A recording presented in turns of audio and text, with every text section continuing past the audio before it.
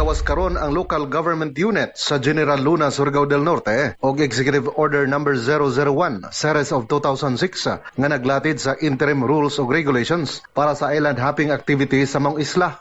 Ang maong executive order nagtumong sa pagpanalipod sa mga turista, pagpreserba sa kinaiyahan o pagsuporta sa mga lehitimong lokal nga tourism workers samtang gisiguro ang kaluwasan, kahapsay ug transparency. Sumala sa EO nga gipagawas, ipatuman ang paggamit alang lamang sa accredited tour guides ug authorized operators. Adunay klaro mga guidelines alang sa DIY tours para sa mga residente sa General Luna ug saktong pila, booking ug safety protocols ang ipatuman.